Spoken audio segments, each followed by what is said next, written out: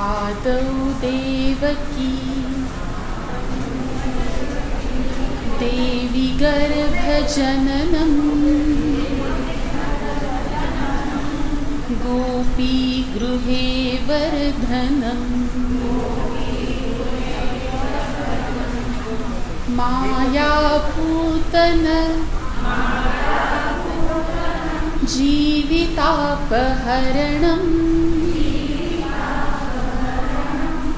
गोवर्धनोद्धारणं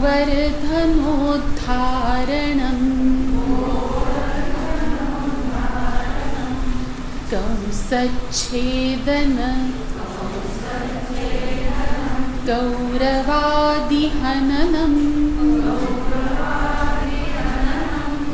कुन्तीतनूजावनम्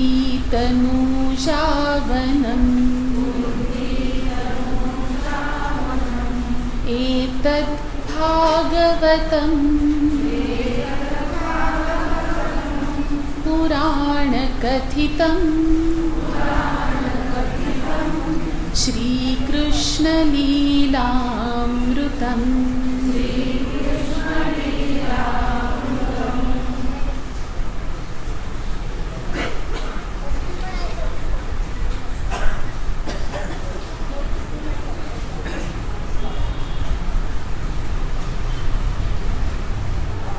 आजचा आपला 7वा दिवस आणि आपण काल 4 पुरुषार्थांना सुरुवात केली.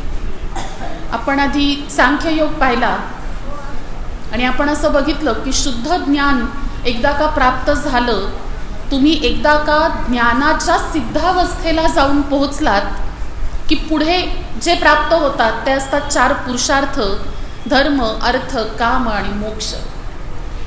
पैकी जो पहिला आणि शेवटचा पुरुषार्थ आहे याला शास्त्राकारांनी प्रधान पुरुषार्थ असं म्हणलेलं आहे आणि मधल्या 2 पुरुषार्थांना दुय्यम पुरुषार्थ असं म्हणलेलं आहे. म्हणजे धर्म आणि मोक्ष हे प्रधान आणि अर्थ आणि काम हे दुय्यम. धर्म या शब्दाची व्याप्ती सांगताना महर्षी व्यासांनी धर्म 7 प्रकारचा असतो असं सांगितलेलं होतं आणि त्या अनुषंगाने काल आपण दत्तजन्माचं आख्यान पाहिलेलं होतं. धर्माशीच निगडित गोष्टींबद्दल आपण अजून पुढे चर्चा करूच, पण पहिल्यांदाच दत्तजन्माचंच आख्यान का म्हणून? कारण ज्ञानप्राप्ती एकदा का झाली की धर्माचं आचरण कसं करायचं हे सांगण्यासाठी गुरु लागतात आणि दत्तांना दत्त गुरु असं म्हणलेलं आहे. ते जगद्गुरु आहेत. आता हे गुरु पण कसं आहे तर सृजन आणि संहार यांना हातात हात घेऊन चालणारं हे गुरुपण आहे. गुरु कसा असावा तर त्यांनी आपल्या शिष्याकडूनही शिकावं. दत्तगुरूंनी स्वतः 24 गुरु केलेले होते. किडामुंगीपासून देवादिकांपर्यंत गुरु कोणालाही करता येतं, शिकण्याची इच्छा मात्र हवी. दत्तगुरूंच्या चरित्रातनं काय कळत असेल तर हे कळतं की शिकण्याची इच्छा असली की कोणालाही गुरु बनवता येतं. आपल्यापैकी अनेक जण असा सूर लावतात, आम्हाला शिकायचं आहे पण आम्हाला चांगला गुरुच मिळत नाही. शिकायची इच्छा असली की गुरु असतातच, फक्त गुरु पण शोधण्याची नजर हवी. दत्तगुरूंनी स्वतः 24 गुरु केले आणि संपूर्ण जगाचे ते गुरु बनले. गुरु अहंकारी नसावा, गुरु सृजनशील असावा, गुरु पालन करता असावा आणि गुरु संहार करता असावा हे सांगण्यासाठी हा त्रयगुणात्मक अवतार. गुरुंनी कशाचं सृजन करावं तर गुरुंनी सत्याचं सृजन करावं, गुरुंनी सत्विचारांचं सृजन करावं, गुरुंनी चांगल्या संकल्पांचं सृजन करावं. ज्याचं सृजन केलंय त्याचं अर्थातच पालन पोषणही करावं आणि मग त्याच्यामध्ये जे अडथळे येतील, ज्याही दुष्प्रवृत्ती, दुष्ट विचार, ज्याही विषय वासना उफाळून येतील त्याचा गुरूंनी संहार करावा. आणि म्हणून वास्तविक बघता ही त्रिदेवांची 3 कार्य आहेत: सृजन, पालन आणि संहार. गुरु साक्षात परब्रह्म असं म्हणलंय. का? कारण ह्या 3ही शक्ती जिथे एकवटतात तो गुरु, आणि म्हणून गुरु हा साक्षात परब्रह्म स्वरूप आहे. मग तुम्ही तो गुरु कोणामध्येही शोधू शकता, कोणातही. कबीरजी असं म्हणतात की गुरु बिन कोण दिखायो बाट. जर गुरुच नसतील तर आपल्याला हा धर्माचा रस्ता दाखवणार कोण? कबीरजींचा एक दोहा आहे, त्याच्यामध्ये कबीरजी असं म्हणतात की गुरु गोविंद दोऊ खडे काको लागू पाव, बलिहारी जो गुरु आपकी दियो गोविंद जो दिखाय. म्हणजे गुरु आणि गोविंद माझ्या दोन बाजूंना उभे आहेत. मी कोणाला नमस्कार करू? तर हे सद्गुरू, मी प्रथम नमस्कार तुम्हालाच करीन, कारण गुरु आणि गोविंद दोन बाजूंना उभे असताना हे जे काही सद्भाग्य आहे की गोविंद माझ्या बाजूला येऊन उभे आहेत, ते भाग्य माझं नसून गुरु ही तुमची कृपा आहे. तुमची कृपा आहे म्हणून आज साक्षात जगाचा परमात्मा माझ्या बाजूला येऊन उभा आहे, आणि म्हणून प्रथम वंदनाचे अधिकारी तुम्ही आहात. एकदा संत रोहिदासजी यांच्याकडे एक माणूस आला आणि तो म्हणला की मला चांगला गुरु शोधायचा आहे. रोहिदासजी म्हणले ठीक आहे, शोधू आपण तुझ्यासाठी चांगला गुरु. आणि तो म्हणला की तसंच मला अजून एक गोष्ट कळली आहे. गंगा किनारी साध्या मातीच्या घरात रोहिदासजी राहत होते, आणि त्या माणसाला खरं तर कळलेलं होतं की रोहिदासजींच्याकडे एक परीस आहे. त्या परिसाची चोरी करायला तो माणूस आलेला होता. आणि तो म्हणतो की आता ह्यांना तर पाठवू आपण गंगा स्नानाला, आणि त्यांना गुंतवून ठेवू की माझ्यासाठी चांगला गुरु शोधा अशा कामामध्ये, आणि आपण इकडे परिसाचा शोध घेऊ आणि परीस चोरून निघून जाऊ. म्हणजे आपण ज्यालाही कशाला परीस लावू त्याचं सोनंच होऊन जाईल. त्यांनी शोधलं, त्याला काही परीस सापडला नाही. थोड्या वेळाने रोहिदासजी गंगा स्नान करून त्यांचं नेहमीचं ध्यान वगैरे करून आले, आणि त्यांनी विचारलं की तुम्ही काही शोधताय का घरामध्ये? सगळंच सामान उलटंसुलटं झालेलं होतं.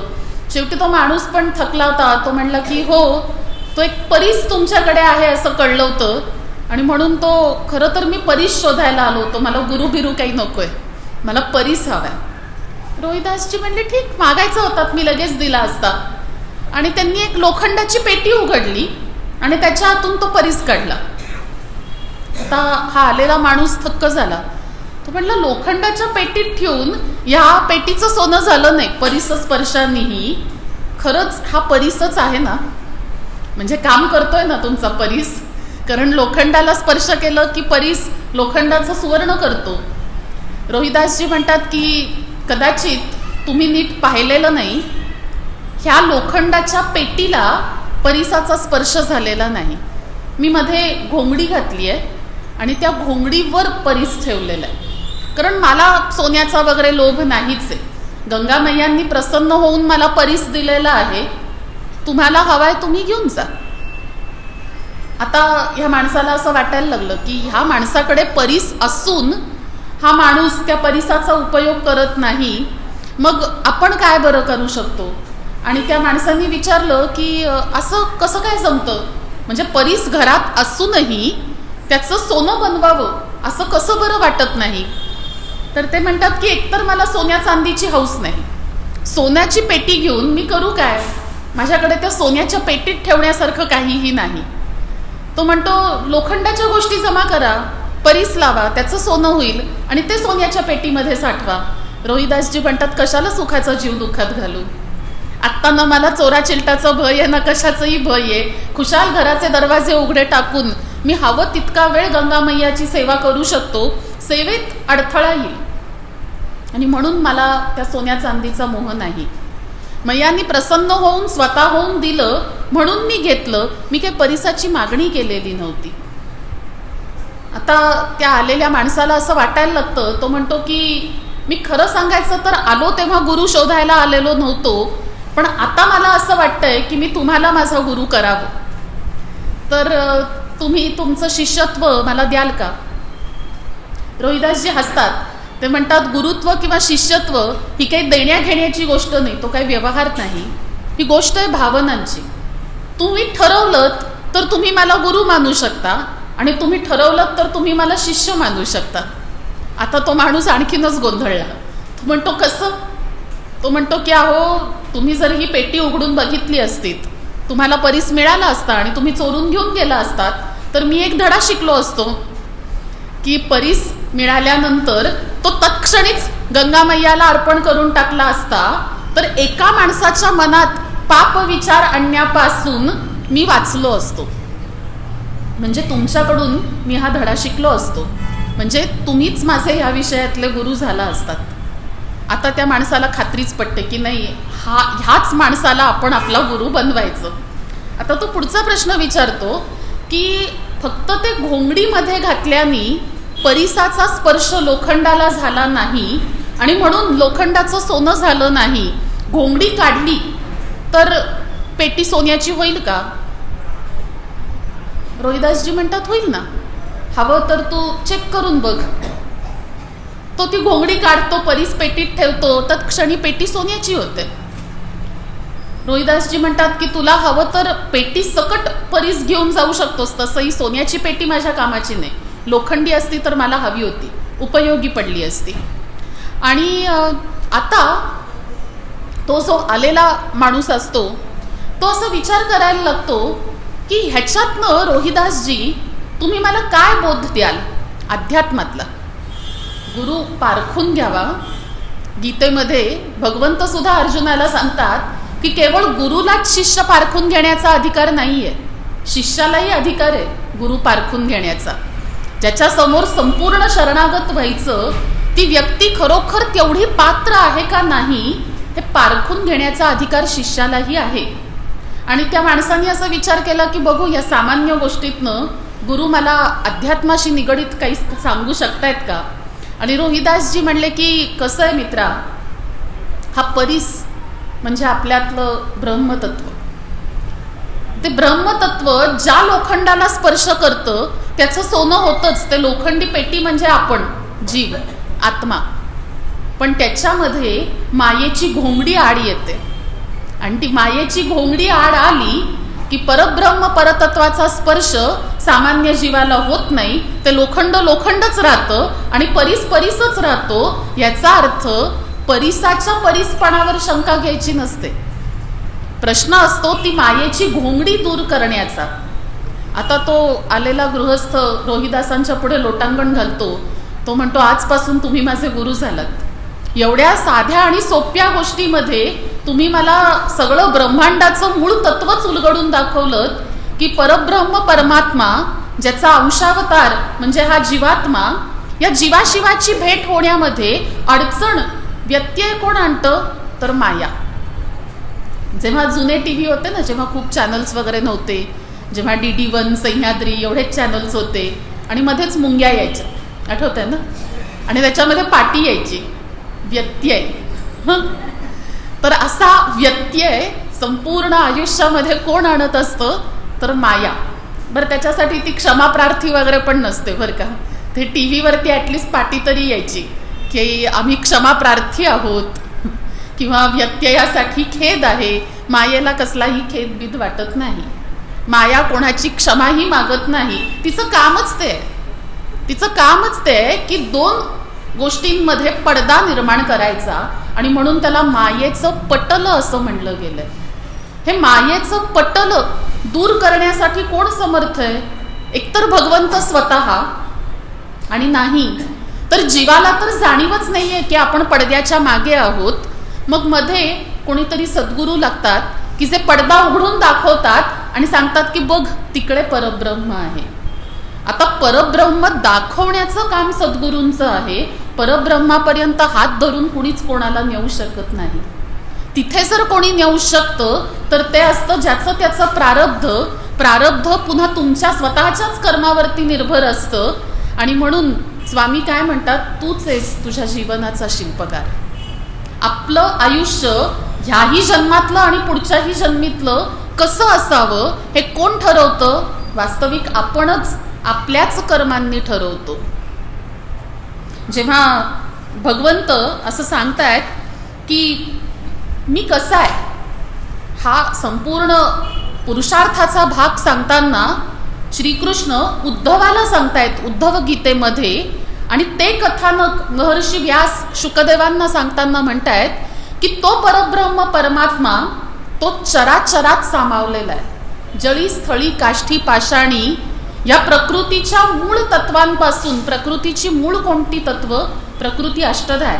पंचमहाभूत म्हणजे पृथ्वी, पाणी, तेज म्हणजे सूर्य, वारा आणि आकाश, ही 5 मूळ तत्व ज्याला पंचमहाभूत असं म्हणलं जातं. आणि मन, बुद्धी आणि अहंकार अशा 8 गुणांनी मंडित ही प्रकृती, तिला अष्टधा प्रकृती असं म्हणतात. आणि भगवंतांनी हेच सगळं अर्जुनालाही सांगितलंय की माझं स्वस्वरूप कसं विचारशील तर मी अष्टधा प्रकृतीमध्ये कणाकणात सामावलेलो आहे. क्षेत्र आणि क्षेत्रज्ञ अध्याय, 13वा अध्याय गीतेचा, क्षेत्र आणि क्षेत्रज्ञ. मी कसा आहे तर मी चराचरात सामावलेला आहे. मी चराचरातल्या कणाकणात, आत्म्यामध्ये तुला माझंच प्रतिबिंब दिसेल, कारण माझ्याशिवाय ही संपूर्ण सृष्टी अपूर्ण आहे. माझ्याशिवाय ह्या भूतमात्रातला फक्त चल नाही, जड सृष्टीचा सुद्धा कोपरा मीच व्यापलेला आहे. डोंगर सजीव आहेत का? डोंगर निर्जीव आहेत, पण डोंगर सुद्धा मीच आहे. म्हणजे 84 लक्ष योनींमध्ये तर मी आहेच. वृक्ष, वेली, वनस्पती त्याच्यातही मीच आहे, पण ज्या जडतत्वाच्या गोष्टी आहेत त्यातही मीच आहे. पृथ्वी तत्व म्हणजेच डोंगर ना, पृथ्वी तत्वाचा भाग आहे. पृथ्वी तत्व म्हणजे मीच. आज आपण पंचायतन पूजा किंवा ही जी पंचमहाभूत आहेत याच्यामध्ये परमेश्वरी अस्तित्व कसं आहे हा भाग क्रमशः बघणार आहोत, कारण तो धर्माच्याच अखत्यारीमध्ये येणारा भाग आहे. मी काल म्हणलं होतं तसं की धर्म या पुरुषार्थाबद्दल आपण कालपासून बोलतोय.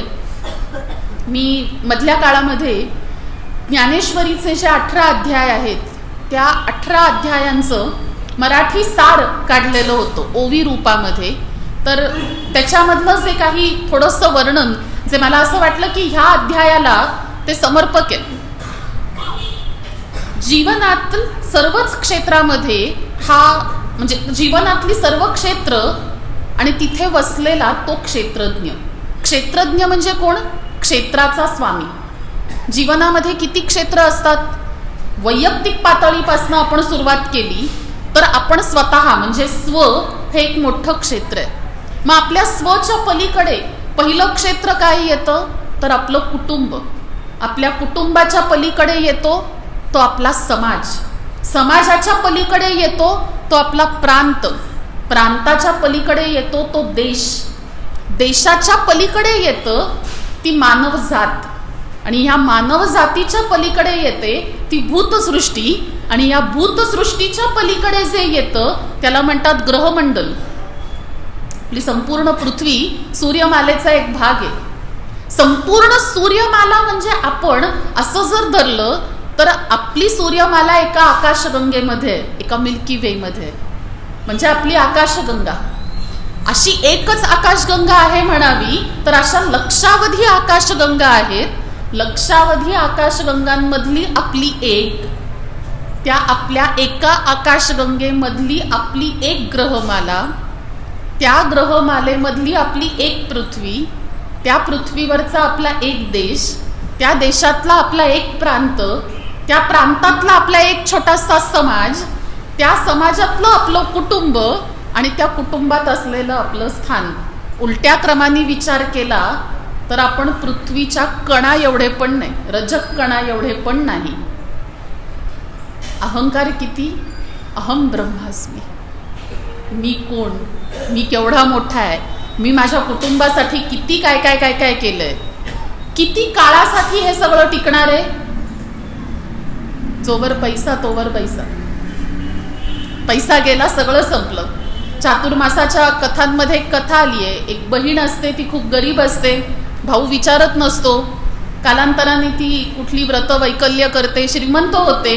भाऊ खूप आग्रहाने जेवायला बोलवतो. ती पाटावरती सगळे अलंकार उतरवून ठेवते आणि एक एक घास त्या अलंकारांना जेवायला घालते. ती म्हणते हे जेवण आज त्यांच्यासाठी आहे दादा, माझ्यासाठी नाही. माझ्यासाठी जे जेवण होतं ते शिळं पाक मी मागच्या वेळेला पण येऊन जेवले, हे जेवण माझ्यासाठीचं नाही. ज्याला ही जाणीव होते ना तो तरतो. कारण पैसा म्हणजे मी नाही, यशकीर्ती म्हणजे मी नाही, हे ज्याला कळतं तो शेवटपर्यंत जमिनीवरती राहतो. क्षणकालासाठी आलेला पैसा, क्षणकालासाठी मिळालेलं यश तुम्हाला आकाशामध्ये उडवून नेतं. आणि तिथे उडालात की उडालात, तिथे आधारच नाही. आधार देण्याचं काम पृथ्वीचं आहे, आकाशाचं काम विरून टाकण्याचं आहे. एकदा आकाशामध्ये गेलात की कधी तुम्ही त्याच्यातच सामावून जाता, तुम्हालाही कळत नाही. पृथ्वीवरचे पाय सुटले की तुम्ही फिरून चटकन पृथ्वीवरती येत नाही. आणि म्हणून झाडांचं वैशिष्ट्य हे, झाडं पूजली का जातात आपल्या धर्मसंस्कृतीमध्ये, कितीही वरती वरती गेली ना तरी मुळं जमिनीमध्ये घट्ट रोवलेली ठेवतात. आपण जितके वरती वरती पोहोचतो आपल्या मुळांनाच धक्का लावतो.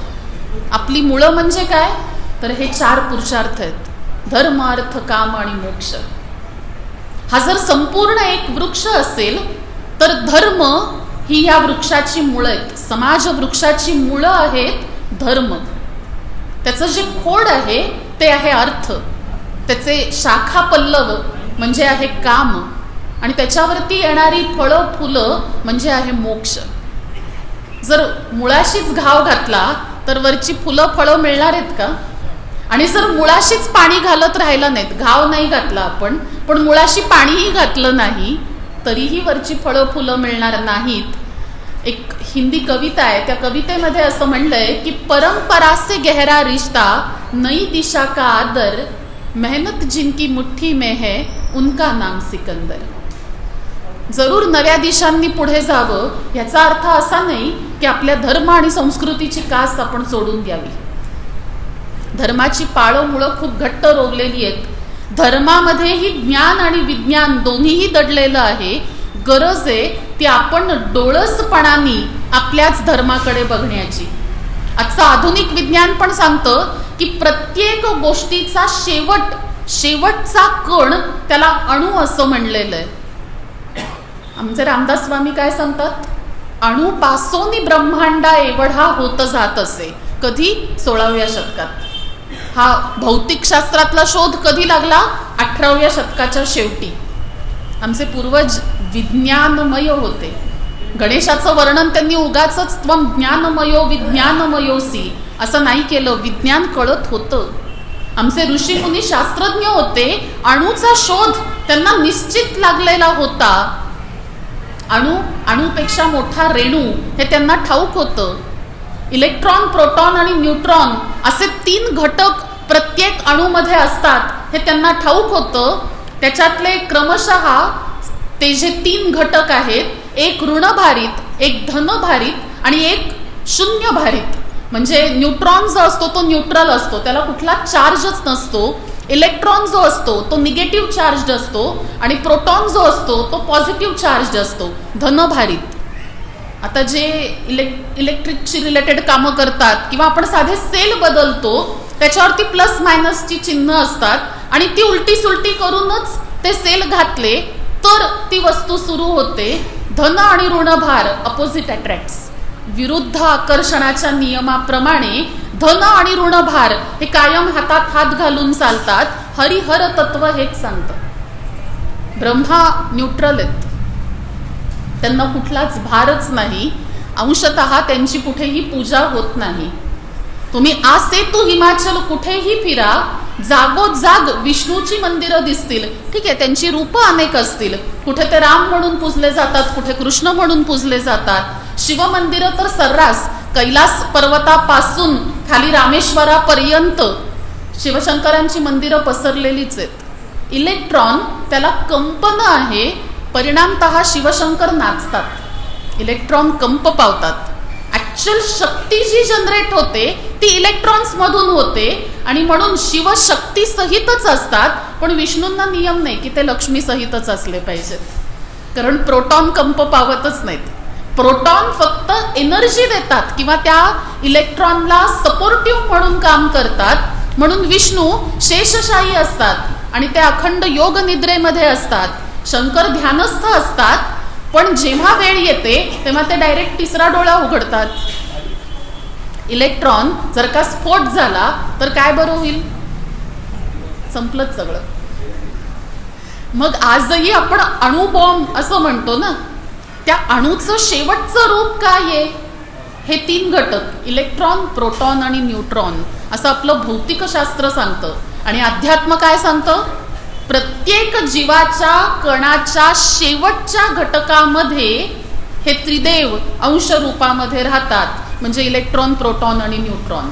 अध्यात्म आणि विज्ञान हातात हात घालून चालतं. चराचरातील सारे काही स्वरूप माझे आहे रे, ब्रह्म असो वा असो तृणांकुर, मीच भरोनी उरलो रे. सगुणात मीच निर्गुणी, सगुणात मीच निर्गुणी, तरीही मी गुणातीत, जन्म मृत्यू भय नसे तयाला, जो मजला शरणागत.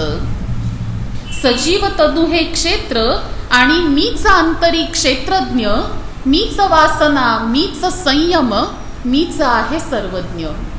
कारण दुष्ट प्रवृत्तीच्या माणसांमध्येही मीच राहतो, सत्प्रवृत्तीच्या माणसांमध्येही मीच राहतो. दिसताना असं दिसतं की दुष्प्रवृत्तीचे लोक सत्प्रवृत्तीच्या लोकांचा विरोध करतायत. मुळात जाऊन बघशील तर मीच माझा विरोध करतो, मीच माझ्या हाती मारला जातो आणि मीच मलाच मुक्तीची द्वारं उघडी करतो. सगळीकडे फिरून फिरून मी माझा एकटाच या सृष्टीच्या साम्राज्यात दंग झालेलो आहे. आणि म्हणून जगाचं कल्याण ज्याच्यामधून साधतं तो धर्म, असं श्रीकृष्ण अर्जुनाला गीतेमध्ये सांगतायत. छोटीशी कथा आहे. धर्म म्हणजे काय असा प्रश्न धर्मराज युधिष्ठिरांनी ऐन कुरुक्षेत्रात स्वतः परमात्मा जगदीश्वरांना विचारला. कारण वेळच अशी होती, कृष्ण आले आणि येऊन म्हणले की दादा थोडं असत्य बोला. तुमचा प्रण आहे की तुम्ही कधीही असत्य संभाषण करत नाही, पण अर्धवाक्य असत्य बोला. कथाभाग माहिती आहे. कारण द्रोणाचार्यांनी तर शस्त्र ठेवण्याची गरज आहे, ते तर शस्त्र ठेवायला तयार नाहीत. भीष्मांचं ठीक होतं, त्यांना थेटच जाऊन विचारलं की कसं काय करावं. कथाभाग तोही आपल्याला ठाऊक आहे की भीष्मांनी प्रतिज्ञा घेतली की उद्याचा सूर्यास्त एकतर मी बघेन नाही तर अर्जुन बघेल. अर्जुनाने ऐकलं पांडवांच्या शिबिरामध्ये. अर्जुन निवांत झोपलेला होता, परमात्मा जागे होते, बेचैन होते. ते आले त्याच्या शिबिरात, येऊन त्याला उठवलं. म्हणलं पार्थ झोप कशी लागते तुला? ऐकलं नाहीस का पितामहांनी काय प्रतिज्ञा घेतलीये? पार्थ म्हणतो मी कशाला जागू? ज्याच्यासाठी तुम्ही स्वतः जागे आहात त्या कारणासाठी मी जागून वेगळं काय करणार आहे? आणि तसंही गीतेत सांगितलं ना मला, माझ्या मार्गावरून चाल, योगक्षेमम वहाम्यहम. तुमचा प्रश्न आहे, तुम्ही बघा. तुम्ही सांगितलं मला शस्त्र उचल, युद्ध कर, मी धर्माची बाजू घेऊन उभा राहीन. मग आता तुम्ही ठरवा काय करायचं ते. कृष्ण ठीक म्हणाले, गुरुची विद्या गुरुलाच फळली. आणि मग द्रौपदीकडे आले आणि म्हणले चल आता तुझंच काम आहे. भीष्मांच्याकडे तिला घेऊन गेले आणि तिला सांगितलं की ही वेळ चांगली आहे, पितामह ध्यानाला बसलेत, बांगड्यांचा आवाज करून नमस्कार कर की जेणेकरून त्यांना ज्ञान होईल की कोणीतरी पतिव्रता नमस्कार करते आहे. आणि अपेक्षेप्रमाणे भीष्मांनी आशीर्वाद दिला की अखंड सौभाग्यवती भव. तेवढ्या शब्दात द्रौपदीने पकडलं. ती म्हणते कसं? एकतर आशीर्वाद तरी खरा करा, नाहीतर मग आशीर्वाद परत तरी घ्या. आणि भीष्म हसतात आणि ते म्हणतात हे डोकं तुझं नक्कीच नाही, ह्याच्या मागचा जो सूत्रधार आहे तो कुठे आहे? ती म्हणते बाहेर उभेत. ते म्हणतात त्यांना आत पाठव, त्यांच्याकडे द्यायचा तो सगळा निरोप मी देईन. त्यांनी सांगितलं मी स्त्री समोर शस्त्र उचलणार नाही. द्रौपदी म्हणते मला रथावर घालून घेऊन चालायला सांगा धनंजयाला. ते म्हणतात की नाही, शिखंडीला समोर आणा. शिखंडी लोकांच्यासाठी जरी नपुंसक असला तरी माझ्यासाठी तो स्त्रीच आहे, कारण ती गतजन्मातली आंबा आहे आणि ती शपथबद्ध आहे माझ्या मृत्यूला कारण होईल म्हणून. वास्तविक माझा मृत्यू माझ्याच अधीन आहे, मी इच्छामरणी आहे. आणि म्हणून शिखंडीलाच रथावरती घालून आणा. भीष्मांचा तर अडसर दूर झाला. द्रोणाचार्यांचं काय करायचं? द्रोणाचार्यांना ठाऊक नव्हतं अश्वत्थामा सप्तचिरंजीवींपैकी एक आहे. विश्वास कसा ठेवला हो द्रोणाचार्यांनी? कारण धर्मराज युधिष्ठिर असं सांगतोय अश्वत्थामा मृत हा नरोवा कुंजरोवा. तरी सुद्धा पुढे वाक्य बोललाच, पण तरी सुद्धा त्याच्या मनाला ती बोच लागून राहिली की मी गुरूंशी खोटं बोललो, माझ्या हातून धर्माचं पालन झालं नाही, कृष्णा याच्यातनं उपाय सांग. आणि कृष्ण म्हणतो की धर्म या शब्दाची व्याख्या कुणी ठरवली दादा? धर्म सूक्ष्माती सूक्ष्म आहे. धर्म काय सांगतो? जो धारण करतो तो धर्म. धारयती इति धर्म. हा काय धारण करायचंय? तुम्ही क्षत्रिय आहात, क्षत्रियांनी समाज धारण करायचा असतो. मग धारण केलेल्या समाजाच्या कल्याणासाठी असत्य जरी भाषण केलं तरी ते धर्मसंमत आहे. आणि म्हणून तुम्ही अधर्माने वागलेले नाही, तुम्ही धर्मराजच आहात. इकडे पांडवांच्या पक्षामध्ये तुम्ही बघाल तर समाजाच्या कल्याणासाठी लोक शपथ घेतात, मोडतात, असत्य बोलतात आणि स्वतः भगवंत श्रीमुखातून सांगतात हे सगळं धर्मसंमत आहे, कारण याच्यामध्ये पांडवांचा स्वार्थ नाही. आणि कौरवांच्या पक्षामध्ये जो तो आपापल्या वैयक्तिक अहंकारापोटी आपापली शपथ प्रतिज्ञा सांभाळून बसलेला आहे. जेव्हा ही धर्माची गाडी ह्या मार्गावरनं आपण पुढे नेतोय की असत्य किंवा अधर्मांनी वागलेलंही पण ज्याच्यामध्ये स्वार्थाचा लवलेश नाही ते हरेक वागणं धर्मसंमत आहे, तिथे सतीच्या अपमानाची कथा येते. कशी? कारण यज्ञ म्हणल्यानंतर तो एका पवित्र कार्यासाठी केलेला असतो.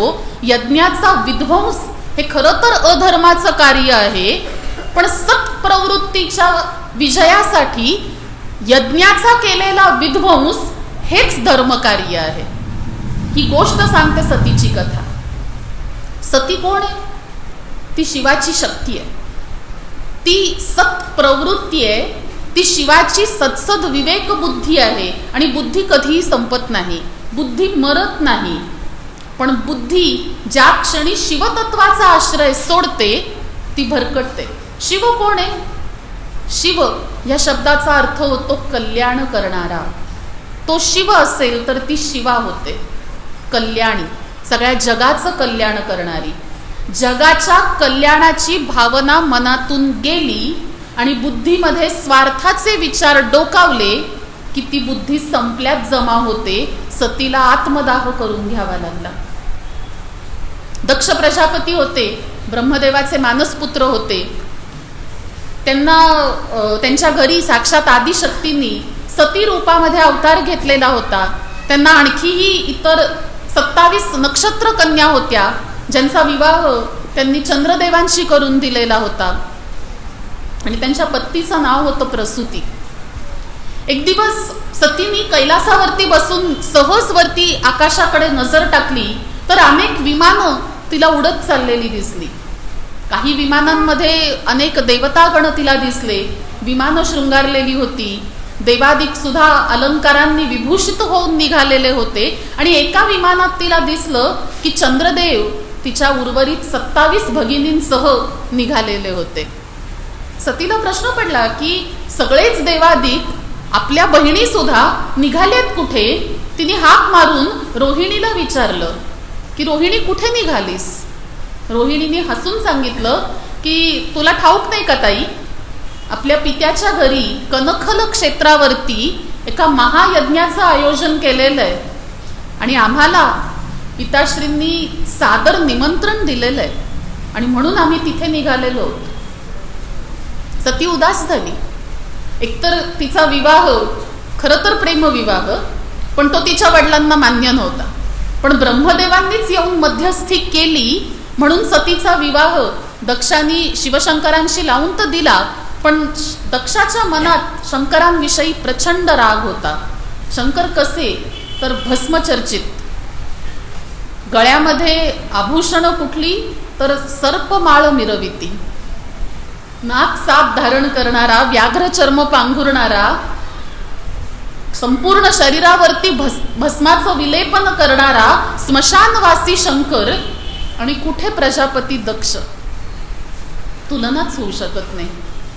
आणि म्हणून दक्ष प्रजापतींना असं वाटत होतं की शंकर हा मुळी देवताच नाही, त्याला कशाला यज्ञाचा आविर्भाग द्यायला हवा. आणि म्हणून त्यांना बोलावणंच केलं नाही. प्रेस्टिज इश्यू त्या काळात पण होते. शंकरांना असं, दक्षाला असं वाटलं की शंकरांना बोलवून मी कुठेतरी माझाच अपमान करून घेईन, की एक जावई म्हणजे नक्षत्र मंडलात चमचमणारा स्वतः चंद्र, पण त्याला ठाऊक नव्हतं त्या चंद्राचं निवासस्थान महादेवांच्या जटात. तर आणि मग मध्येच त्या शंकराला कुठे बोलवायचं म्हणून काही बोलवलंच नाही. इकडे सती हट्टाला पेटली होती की कसंही करून मला जायचंच आहे.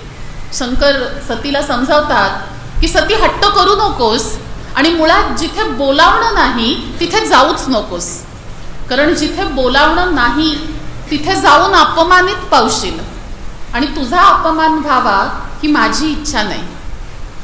पण तरी सुद्धा सतीने विचार केला की कदाचित ते जावई असून त्यांना बोलावणं नाही, त्याच्यामुळे ते संतप्त झाले असतील. ते शिवशंकर आहेत, मस्तकावरती गंगा वाहती आहे, त्यांचं डोकं शांत असतं, ते चिडत नाहीत सहसा.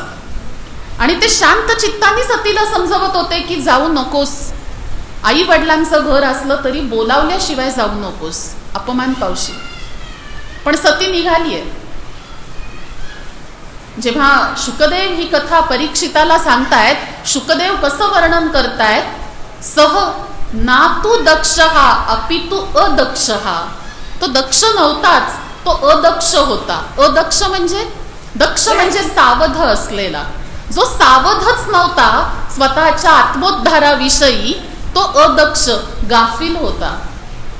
तो कसा होता तर अत्यंत अहंकारी होता दक्ष. आणि म्हणून त्या सगळ्या यज्ञाच्या विध्वंसानंतर त्याला अजमुखी केलं. त्याची कथा अर्थात पुढे येईलच. तर हा जो दक्ष आहे अत्यंत अहंकारी आहे, आणि सती त्याचीच मुलगी आहे. सती पण तितकीच स्वाभिमानी आहे. ती म्हणते नाही, आता तर मी कसंही करून त्या यज्ञात जाणार, वडिलांना जाणीव करून देणार की तुम्ही तुमचे ज्येष्ठ दामात ह्या यज्ञासाठी आमंत्रित केलेले नाहीत, मी मुलगी आहे त्याच्यामुळे मी आले, पण ते असेच विना आमंत्रणाचे येणार नाहीत. मी तिथे जाईन, आई वडिलांना आठवण करून देईन, वाजत गाजत माझ्या पतिदेवांसाठी आमंत्रण पाठवीन आणि त्यांना घेऊन यज्ञ मंडपामध्ये बसेल. हे सगळे सतीचे विचार आहेत. पण त्याच्यामध्ये कुठेतरी स्वार्थ आहे बरं का, की मीही माझ्या इतर भगिनींच्या बरोबर बसीन, माझ्या इतर बहिणींच्या नवऱ्यांना जसा मान सन्मान मिळतो तसाच मान सन्मान माझ्याही नवऱ्याला मिळायला हवा. वास्तविक बघता शिव परब्रह्म परमात्मा आहेत. एका दक्षाने त्यांना मान सन्मान दिला नाही म्हणून त्यांच्या वैयक्तिक मान सन्मानात कुठेच उणेपणा येत नाही. उणेपणा आलाच असता तर तो दक्षाच्या आयुष्यात आला असता. पण शिव उदार आहेत, त्यांनी त्यालाही माफ करून टाकलंय, दक्षालाही. दक्षावरती कोप राग धरलेला नाही. पण सती हत्याला पेटली, ती निघाली, आणि ते सांगतात की ठीक जायचंच तर एकटी जाऊ नकोस, बरोबर हा गणपरिवार घेऊन जा. आणि स्वतः नंदिकेश्वर निघालेत. ते म्हणतात की माते माझ्या पाठीवरती बसून चला, नेहमी भगवंतांची सवारी घेऊन जातो, कधीतरी तुमची सवारी होऊन येण्याचं भाग्य मला मिळू द्या. सती नंदीवरती आरूढ झालीये, कनखल क्षेत्री आली आहे. सतीची वस्त्र कशी आहेत तर तिने अत्यंत तपस्विनीची साधी वस्त्र परिधान केलेली आहेत. तिने पुष्पांचे अलंकार अंगा खांद्यावरती परिधान केलेले आहेत. पण तिचं तेज जे आहे ते प्रचंड आहे, विलोभनीय आहे. ती यज्ञ मंडपापाशी आली, तिने बघितलं तर यज्ञाची आहुती द्यायला सुरुवात झालेली आहे. पण अग्रपूजेचे मानकरी जे शिवशंकर त्यांच्यासाठी आसनच मांडलेलं नाही. सती क्रुद्ध झाली. तिने यज्ञ मंडपात नजर टाकली तर तिथे वैकुंठनाथ तिला दिसतायत, तिथे सावित्री गायत्रीसह परमपिता ब्रह्मा दिसतायत. आणि ती चिडली आणि तिने विचारलं की माझ्या पिताश्रींना तर एक कळत नाहीच, पण माझ्या पतिदेवांचा अधिकार तुम्हीही दोघं जण विसरून गेलात का? वैकुंठनाथांनी मान खाली घातली. परमपिता ब्रह्मदेव तिला म्हणतात की सती पुत्री शांत हो. नात्यांनी ब्रह्मदेव तिचे आजोबा आहेत, कारण ते दक्षाचे वडील आहेत. ते म्हणतात की सती शांत हो, मी दक्षाला समजवण्याचा प्रयत्न केला पण तो ऐकत नाही माझं. सतीने आता थेट वडिलांकडेच मोर्चा वळवलाय आणि ती म्हणते की तुम्ही असं धाडसच कसं केलं, ज्या यज्ञामध्ये स्वतः शिवशंकर नाहीत त्या यज्ञातून कल्याण साधेल असं तुम्हाला वाटलंच कसं. आणि त्याच्या पुढे दक्ष शंकरांचा अपरिमित अपमान करतो. सती तप्त होते, पेटून उठते आणि ती म्हणते की पतिदेव बरोबर होते, ते मला खरं तेच सांगत होते, मी मूर्ख त्यांचं न ऐकता इथे आले. मला वाटत होतं की वडील विसरले असतील, मी आठवण करून देईन तर शिवचरणांशी रुजू होतील आणि आयुष्याचा उद्धार करतील. पण ती म्हणते नाही, आता जर तुमचाच विनाश ओढवलेला असेल तर मीही काही करू शकत नाही. पण सती म्हणते की आता हे लज्जित मुख घेऊन मी पुन्हा त्यांच्या सेवेत जाऊ शकत नाही. त्यांच्या आज्ञेचं उल्लंघन करून इथे आले, आता फिरून त्यांना तोंड दाखवणार नाही. सतीनी तिची आत्मज्योत जागी केली, जी मुळात शक्ती स्वरूप आहे. तिचा विनाश संभवू शकतो का? शक्ती कधीच संपत नाही, शक्ती फक्त तिचं रूप बदलते. आपल्याकडे पवनचक्कीमधून पण ऊर्जा निर्मिती केली जाते. म्हणजे वाराच पवनचक्कीच्या जोरावरती त्याची इलेक्ट्रिसिटी बनवली जाते. जलविद्युत उपक्रम पण आपल्याकडे चालतात. म्हणजे पाणीच पण त्याची एनर्जी बनवली जाते, शक्ती बनवली जाते. शक्ती फक्त रूप बदलते. पाण्याचा मृत्यू होतो आणि इलेक्ट्रिसिटी जन्माला येते, हे म्हणणं मूर्खपणाच आहे. वाऱ्याचा मृत्यू होतो आणि इलेक्ट्रिसिटी जन्माला येते. शक्तीचा मृत्यू होत नसतो, शक्ती फक्त तिचं रूप बदलते.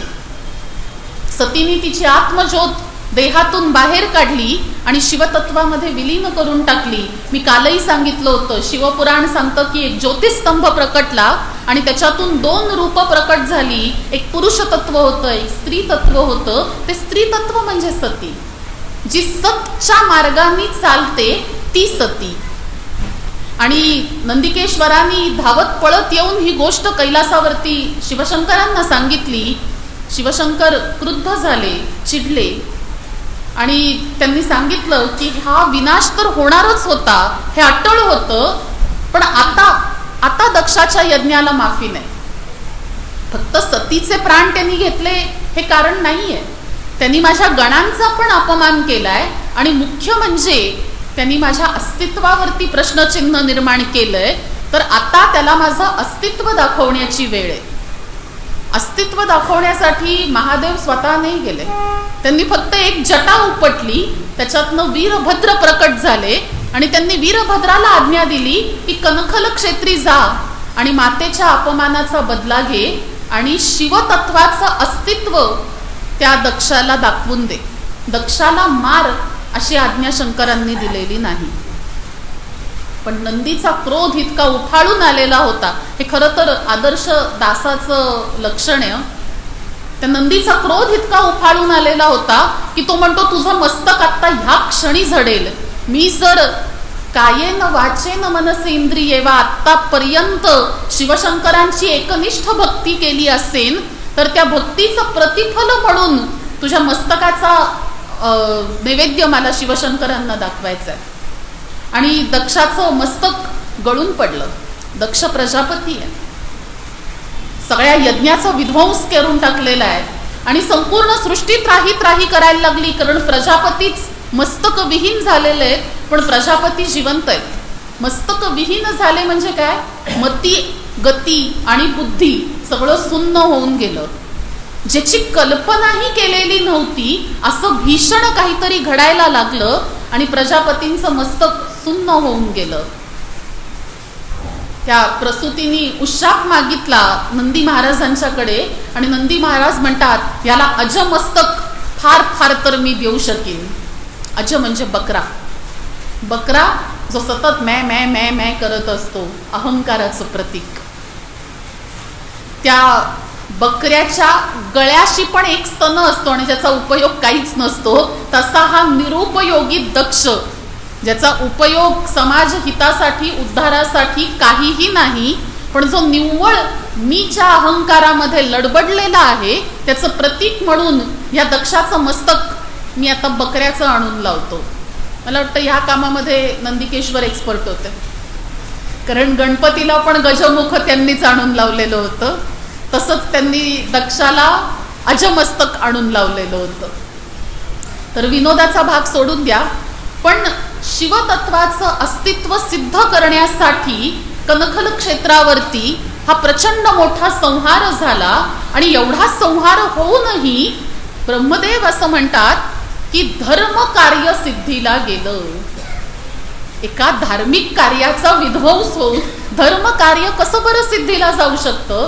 कारण जिथे असतचा विनाश झाला, जिथे सतनी असतवरती विजय मिळवला, तेच खरं धर्म कार्य. धर्म या शब्दाची व्याख्या खूप सूक्ष्म आहे, खूप सूक्ष्म आहे. महाभारताचं उदाहरण घ्यायचं तर धर्म अनेक प्रकारचे आहेत आणि त्याच्यामध्ये जेव्हा द्रौपदीला त्या भर राजदरबारामध्ये खेचून आणलं गेलं तेव्हा द्रौपदी आधी प्रश्न विचारते. ती म्हणते की हा प्रश्न मी मगाशी द्वारपाला करवी पण विचारलेला होता, मला उत्तर मिळालं नाही. आणि कुरुवंशाची राजस्नुषा किमान एवढ्या एका प्रश्नाचा तरी अधिकार ठेवते की मला आधी पणाला लावलं का धर्मराज युधिष्ठिरांनी आधी स्वतःला पणाला लावलं. सभेतनं उत्तर मिळतं की धर्मराज युधिष्ठिर आधी स्वतःला हरले. मग ती म्हणते की ज्या माणसाचा स्वतःवरच अधिकार नाही त्याला दुसऱ्याला पणाला लावायचा अधिकार दिला कोणी? विदुर धर्मज्ञ आहेत. विदुरांसारखा नीतिमान माणूस दुसरा नाही. यमधर्माचा अंशावतार म्हणून विदुरांच्याकडे पाहिलं जातं. विदुर सांगतात की कन्ये तुझे प्रश्न योग्य आहेत, पण आपलं धर्मशास्त्र असं सांगतं की पती कोणत्याही परिस्थितीत असताना पत्नीवरचे त्याचे सर्व अधिकार अबाधित राहतात. द्रौपदी हुशार आहे. द्रौपदी फक्तच बुद्धिवान नाहीये, ब्युटी विथ ब्रेन त्याचं उदाहरण आहे द्रौपदी. द्रौपदी पुढचा प्रश्न मांडते. ती म्हणते ठीक मान्य आहे, पण मी एकट्या त्यांची पत्नी थोडीच आहे, मी उर्वरित 4 बंधूंची पण पत्नी आहे. तर जर त्या 4 माझ्यावरती तेवढाच अधिकार आहे जो नियम युधिष्ठिरांना लागू आहे की ते स्वतः जरी हरले तरी पती म्हणून त्यांचा माझ्यावरचा अधिकार कायम आहे, तर हाच नियम उर्वरित 4 बंधूंनाही लागू आहे. धर्मराजांनी माझ्या उर्वरित 4 पतींची अनुमती घेतली होती का त्यांच्या वाटणीत येणारी द्रौपदी पणाला लावण्याच्या आधी? त्याच्यावरती उत्तर मिळत नाही आणि सगळेच निरुत्तर झालेत असं बघून द्रौपदी म्हणते मग हा पणच मला मान्य नाही की मी 5 पतींची सामायिक पत्नी असताना कोणीतरी एकच पती मला पणाला लावतो आणि उर्वरित 4 पतींची त्याच्यासाठी संमती आहे का नाही हेही विचारत नाही. जेव्हा प्रश्न संवादातून सुटत नाहीत तेव्हा वाद सुरू होतात आणि जेव्हा वादातूनही प्रश्न सुटत नाहीत तेव्हा शारीरिक मारामारीवरती गोष्टी येतात. इथून द्रौपदी वस्त्रहरणाची सुरुवात झाली, कारण आता राजसभेकडे उत्तरच नव्हतं. पण मान्यच नाही असं म्हणल्यानंतर करणार काय? हाती आलेली संधी सोडणार कशी? तेव्हा कर्ण म्हणतो की हिची काय बडबड ऐकतो, दासी आहे ती आपली. तिने मूळ धार्मिकच प्रश्न उत्पन्न केलाय की मुळात धर्मशास्त्राप्रमाणे मी दासी आहे का नाही हेच अजून ठरलेलं नाही, तुम्ही मला राजसभेमध्ये बोलवताच कसे? हे आख्यान इथेच संपत नाही धर्माचं. वस्त्रहरण तर झालं, तिथे कृष्ण आले, त्यांनी तिला वस्त्र पुरवली, तो भाग कथा विस्तार मी सांगत नाही. पण त्याच्यानंतर जेव्हा तो संपूर्ण संहार थांबवण्यासाठी गांधारी त्या राजमंदिरामध्ये प्रवेशली तेव्हा गांधारी धृतराष्ट्राला असं सांगते की हे सगळं काय चाललंय, ही कुरुकुलाची परंपरा नाही, आजपर्यंत कधी कुरुस्नुषा अशा प्रकारे दरबारात आणल्या गेलेल्या नाहीत आणि ती तर ज्येष्ठ कुरुस्नुषा आहे, तिच्याबरोबर जर असा अभद्र व्यवहार होत असेल तर मागच्या पिढीतली ज्येष्ठ कुरुस्नुषा मी आहे, माझ्याही बरोबर तसाच व्यवहार करा. धृतराष्ट्र म्हणतात की मी हतबल आहे गांधारी, कारण मी जन्मांध आहे. गांधारी पण हुशार आहे. ती म्हणते तुम्ही जन्मांध आहात महाराज, बहिरे नाही. बहिरे नाही ना. द्रौपदी प्रश्न विचारत होती तुम्हाला, द्रौपदी तुम्हाला परिस्थितीची जाणीव करून देत होती, तुम्हाला ऐकता येतं, तुम्हाला विचार करता येतो आणि मुख्य म्हणजे तुमच्या हातामध्ये राजदंड आहे. तुम्ही आत्ता राजधर्माचं पालन करायला हवं होतं, न की पिता धर्माचं. आणि पिता धर्म म्हणूनही तुम्ही चुकलातच. कारण जर मुलं चुकीच्या वाटेवरती जात असतील तर मुलांना शिकवण्याचा, प्रसंगी दंड करण्याचा अधिकार पित्यालाच आहे. आणि राजा म्हणून तर हे सर्वाधिकार तुमच्या हातात आहेत. तुम्ही चुकलात. महाभारतातली पत्नी जी पतीला उघड राजदरबारात तोंडावर सांगतेय की तुम्ही चुकलात. पत्नीपणाची किंवा पातिव्रत्याची व्याख्या ही नाहीच की पतीच्या हरेक गोष्टीमध्ये होला हो करून नंदीसारखी मान डोलवावी. पती जिथे चुकतो तिथे त्याची समर्थ शब्दात कान उघडणी करण्याचं सामर्थ्य जी बाळगते ती खरी पतिव्रता. गांधारी पतिव्रता आहे. ती म्हणते की महाराज तुम्ही चुकलात. हा कुरु राजस्नुषेचा अपमान आहे. अजून वेळ गेलेली नाही. तुम्हाला तिच्या सतीत्वाची ताकद ठाऊक नाही. एका स्त्रीने मनात आणलं तर ती काय करू शकते याची अजून तुम्हाला जाणीवच नाही. कारण तुम्ही स्त्री शक्ती अजून ओळखलेलीच नाही. म्हणूनच एवढं धाडस करू शकलात. अजून डोळे नाही का उघडले? एवढं सगळं नाट्य घडलं, तिचं वस्त्रहरण तर झालंच नाही. अजून तुम्हाला तिची ताकद कळत नसेल तर आता मी ह्याच्या पुढे काय बोलू? माझे शब्द तोकडेत. तेव्हा कुठे धृतराष्ट्र भानावरती येत आहेत. धृतराष्ट्र कोण आहेत? ज्यांनी राष्ट्रालाच घट्ट धरून ठेवलेलं आहे. त्यांना फक्त राजगादीचा मोह आहे. त्याच्या पुढे त्यांना काहीही दिसत नाही. धृतराष्ट्र. धृतराष्ट्र आसनावरून उठतात आणि म्हणतात की पांचाली पुढे ये. पांचाली येते. लज्जित, अपमानित, क्रोधित झालेली द्रौपदी त्यांच्या समोर उभी आहे आणि ते म्हणतात, हे कल्याणी, मी तुला ज्येष्ठ पिता म्हणून सांगतो, तू हवा तो वर मागून घे. एवढा सगळा अपमान होऊनही पतिव्रता पांचाली काय मागते? ती म्हणते, माझे ज्येष्ठ पती धर्मराज युधिष्ठिर आत्ता ह्या क्षणी त्यांच्या सर्व शस्त्र अस्त्र विद्यांसह दास्यातून मुक्त होऊ देत, जेणेकरून आमचे पुत्र दासी पुत्र म्हणून ओळखले जाणार नाहीत. धृतराष्ट्र तथास्तु म्हणतात. ते म्हणतात, हे कल्याणी अजून माग, मी खुश आहे. ती म्हणते, माझे उर्वरित चारही पती त्यांच्या शस्त्र अस्त्र विद्यांसह मुक्त व्हावेत. धृतराष्ट्र तथास्तु म्हणतात. ते म्हणतात, अजून माग. देऊन माझं समाधान झालं नाही. पांचाली शांत शब्दात सांगते, ज्येष्ठ पिताश्री, मी क्षत्रिय कन्या आहे आणि पित्या घरी मला शिक्षण दिलंय की क्षत्रियाला केवळ 2च वर मागण्याचा अधिकार आहे. धर्मशास्त्र मी जाणते. आणि धृतराष्ट्र म्हणतात की ठीक, तुला मागण्याचा अधिकार नाही, पण देण्याच्या अधिकारांना सीमा नाही. मी स्वखुशीनी इंद्रप्रस्थही देतो. ती म्हणते नको. अर्थात ती म्हणते, हा अधिकार माझा नाही. तुमच्या प्रिय अनुजपुत्रांना विचारा की त्यांना दया म्हणून मिळालेलं राज्य परत हवंय का? त्याची गरज नाही. माझे पती समर्थ आहेत. ज्यांनी खांडव वनातून इंद्रप्रस्थ निर्माण केलं ते त्यांचं गेलेलं राज्य त्यांच्या क्षात्र धर्माच्या जोरावर जिंकू शकतात. तेवढा विश्वास माझा आजही कायम आहे. धृतराष्ट्र सांगतात की हे कल्याणी, जोवर तू त्यांच्या बरोबर आहेस, माझे अनुजपुत्र कधीही धर्माची वाट विसरणार नाहीत याची मला खात्री आहे. द्रौपदी संपूर्ण महाभारतामध्ये धर्माचं प्रतीक बनून उभी आहे. द्रौपदीचा जन्म कशातनं झालाय तर यज्ञकुंडातून झालाय. तिला याज्ञसेनी असं म्हणलंय. आणि धर्म कसा आहे तर धर्म तप्त ज्वालांसारखा आहे. तप्त ज्वालांसारखा प्रसंगी चटके देणार आहे, पण जरा लांबनं हात लावला तर त्याची उबई मिळते.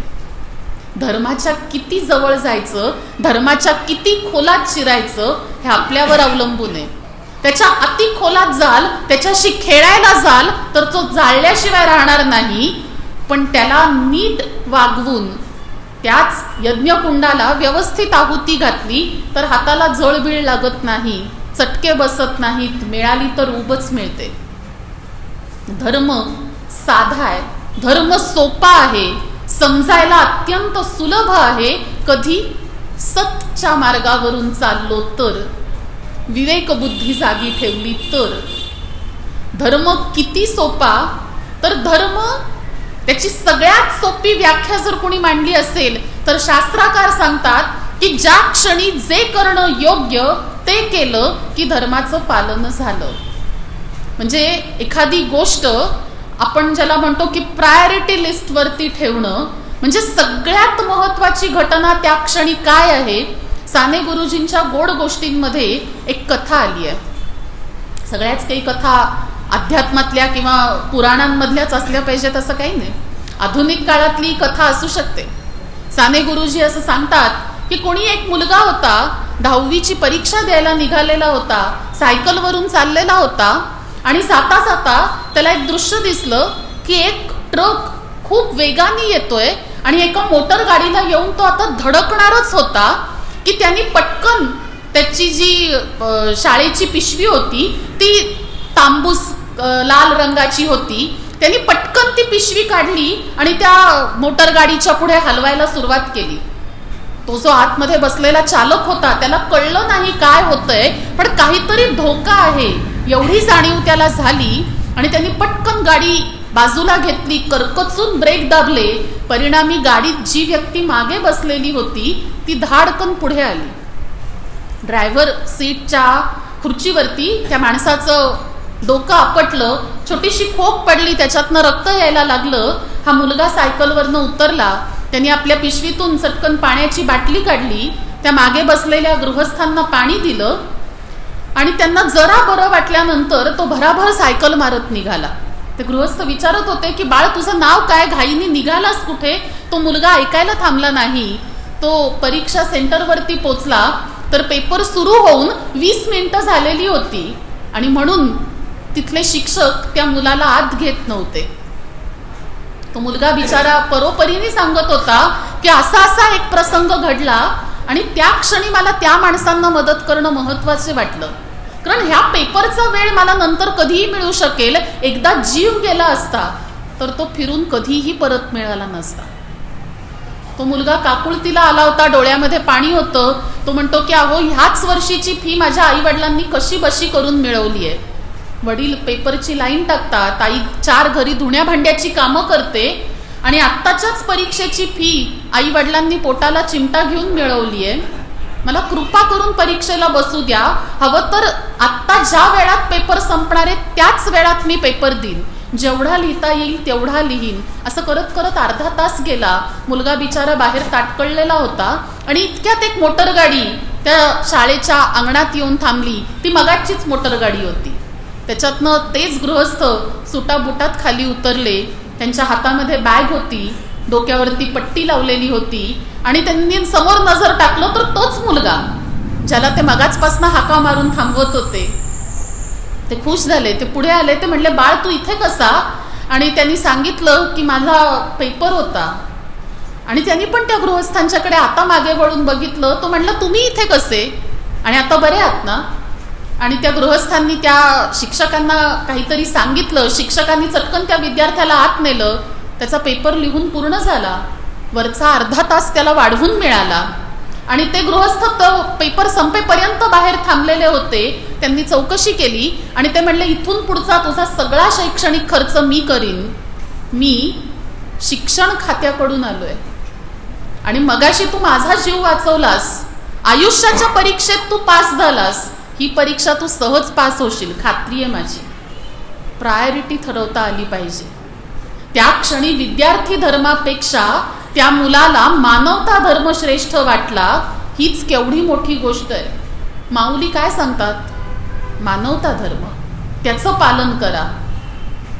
आत्ताचा कुठला पिक्चर मला आठवत नाही पण त्यातलं गाणं फार सुंदर आहे. हीच अमुची प्रार्थना हेच अमुचे मागणे, माणसानी माणसाशी माणसासम वागणे. माणसांनी माणसाशी माणसासारखं वागावं ह्याच्यात खरं म्हणजे विशेष वाटण्यासारखं काही नाहीये. पण दुर्दैवाने आजकाल हे सांगण्याची वेळ आली आहे की तुम्ही माणूस आहात, समोरचा माणूस आहे तर किमान माणसासारखे वागा. कवी लिहितात सांगून गेली ज्ञानेसरी, माणसा परीस मेंढ्र बरी. कारण ती गप गुमान त्यांच्या मोरक्याच्या मागे माना खाली घालून चालतात. पण माणसाचं त्याच्याकडे बुद्धी आहे ना, त्याच्याकडे अहंकार आहे. म्हणून तर मी म्हणलं ना की जी प्रकृती आहे ती अष्टधा आहे आणि त्याच्यामध्ये मन, बुद्धी आणि अहंकार यांचं प्राबल्य आहे. या मन बुद्धी अहंकारामध्ये काय काय येतं, तर सगळ्यात पहिल्यांदा येतो तो अहंकार. अहंकार कुठे राहतो, तो बुद्धीत राहतो. आणि बुद्धी कोणाच्या आश्रयाने राहते, तर बुद्धी मनाच्या आश्रयाने राहते. आणि म्हणून रामदासांनी सगळा बोध केला तो आधी मनालाच केला. आधी मनच शुद्ध करून टाकूया, म्हणजे बुद्धी शुद्ध होईल. शुद्ध बुद्धीमध्ये अहंकार प्रवेश करत नाही, जेणेकरून माझं जेही काही असेल ते माझं नसून परमात्म्याचं असेल. रामदास स्वामी काय किंवा तुकोबा काय, त्यांच्या भावना किती शुद्ध आहेत. रामदास स्वामी म्हणतात की मी जे काही लिहितो ते मी नाही लिहित, रामराया माझ्या हातून लिहून घेतात. हे शब्द माझे नाहीत, प्रेरणा रामरायांची आहे. तुकोबा तर अभंगच लिहितात. तुकोबा म्हणतात, करी तो कवित्व म्हणाल हे कोणी, नव्हे माझी वाणी पदरीची, मज तो विश्वंभर बोलवितो. तुम्हाला ढीग वाटेल तुका गातो, मी नाही गात. माझ्या तोंडून तो बोलतो, तो जसं वदवेल तसं मी वदतो. माऊली म्हणतात की जैसे चेष्टे सूत्राधीन, त्या कठपुतळ्या असतात ना, त्या कशा सूत्रधाराच्या, सूत्र म्हणजे दोरा, दोऱ्यावरती तो मागे नाचवणारा वेगळाच असतो. आपण सगळेच जण या सृष्टीच्या रंगमंचावरच्या कठपुतळ्या आहोत आणि आपली सूत्र त्याच्या हातात आहेत. तो सांगेल तसं आपण नाचत असतो, किंबहुना तो जसं नाचवून घेतो तसे आपण नाचत असतो. हे ज्याला कळलं त्याला याची देही याची डोळा मोक्ष साधला. मोक्ष म्हणजे काय, जी स्थिती जशी आहे तसाचा तसा त्या गोष्टीचा अंगीकार म्हणजे स्वीकार करणे. आता मुळात स्वीकार करताना एक गोष्ट आधी ध्यानात घेतली पाहिजे, ती जशी आहे तशी. आता ती जशी आहे तशी स्वीकारायची, तर आपली बुद्धी स्थिर हवी. सुखे दुःखे समे कृत्वा, जसं भगवंत गीतेत सांगतात, सुखात आणि दुःखात बुद्धी एकसारखीच राहिली पाहिजे. अशी बुद्धी कशातून बरं मिळेल, तर अशी बुद्धी ध्यानातून मिळेल. आता असं लक्षात येईल की धर्म अर्थ काम मोक्ष ह्यात सगळ्यात सांगताना मध्येच मी कपिल गीतेमध्ये कुठे बरं गेले, कारण ध्यान बिन हा सगळा भाग तिकडे कपिल गीतेत ऑलरेडी येऊन गेला ना. नाही, हे सगळे हातात हात घालून चालणाऱ्या गोष्टी आहेत. आता जर ध्यानाने आपण तद्रूप होतो, हा एक कथानकाचा भाग आपण काल परवाच्या आख्यानामध्ये बघितला. त्याचं छान उदाहरण कसं आहे बघा, की सतत तुम्ही ज्याचं ध्यान करता त्या लहरी तुमच्यामध्ये संचारतात. धर्म आणि मोक्ष कसे हातात हात घालून चालतात. शिवशंकर हे ज्ञानरूप आहेत. ज्ञानगंगा त्यांनी मस्तकी धारण केलेली आहे. ज्ञानी माणसाचं स्थान हे सर्वोच्च असतं. विद्वान सगळीकडे पूजिला जातो. न तू चौर्यहार्यम, चोर चोरू शकत नाही, राजा हडप करू शकत नाही. असं धन कुठलं असेल तर ते एकमेव विद्या नावाचं धन आहे. शिवशंकरांचं निवासस्थान कुठे, तर कैलास पर्वत. तो कसा आहे, तर शुभ्र धवल. ज्ञान जिथे असतं तिथे विटाळलेलं, अमंगल, अस्वच्छ असं काहीही नसतं. तो कैलास म्हणजे आपलं मन. मन विमल, मलरहित झालेलं असतं, म्हणून ते शुभ्र असतं. जेवढी म्हणून शंकरांची मंदिरं तुम्ही बघाल, एकतर पायऱ्या चढून जावं लागतं, नाहीतर उतरून जावं लागतं. जमिनीच्या सपाट भागावरती शिवमंदिर कुठलंच नसतं, कुठलंच. एकतर चढून जावं लागतं. ज्ञान संपादनाचे दोन मार्ग आहेत. एकतर कष्टानी पायरी पायरी चढून सर्वोच्च पदाला पोहोचा, आणि नाही तर शरणागत व्हा. सद्गुरूंच्या समोर नतमस्तक व्हा, तेव्हाच ज्ञानी होऊ शकता. तुम्ही पायऱ्या चढून जा, नाहीतर उतरून जा. जेव्हा तुम्ही मुख्य मंदिरात प्रवेश करता आणि त्यातही मुख्य गाभाऱ्यात जाता, गाभाऱ्यात जायची अनुमती फक्त आणि फक्त शंकराच्या मंदिरात असते. बाकी इतर कोणत्याही देवाच्या गाभाऱ्यात तुम्ही कोणीही उठून जाऊ शकत नाही.